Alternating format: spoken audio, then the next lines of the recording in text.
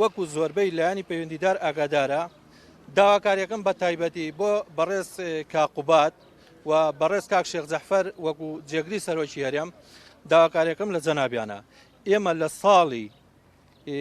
لە ساڵی 2019 مانگی سێوە کۆمەڵە مڵک لە شارانی بەکرەجۆ ئیفراز کراوە بۆ شەهیدانی شەڕی داعش کە مەندامانی ستەنگەر زایدان پێشمەرگە و فەلاح و قەرە بوو. اینجا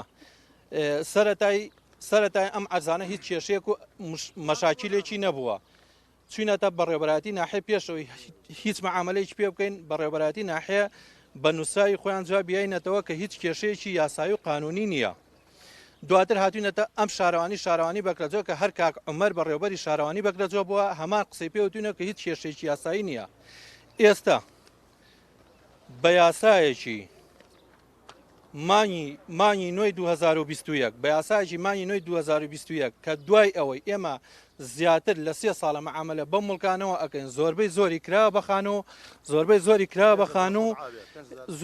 کرا بەخان و ئێستا ئیشتیا ڕاگیراوە بەبێ ئەوەی هیچ نووسایەکی ڕسمیمان بنێ لە بەڕێوەبەراتی ناحێ لە شارانی بەکرەجۆ داوامان کردو نووسایەکی ڕسمیان بەرێ هۆکات چیە ڕاگیراوە تەنها ئەڵێ نووسنگەی بەڕێز کاقوبات ڕایگرتووە.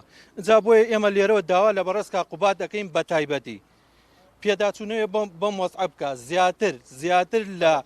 زیاتر لە 5 بۆ 6,000 کەس لەم مڵکانە مستەفید بووە.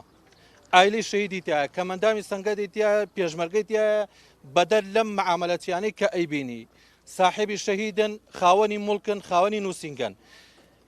داواکانی لە بەڕێستان ئەم کێشەیەمان بە زووترین کات بۆ چارەسەر بکرێ ئەگەر چارەسەر نەکرێت بەڕاستی کێشەیەکی زۆری کۆمەڵایەتی لێ ئەکەوێتەوە.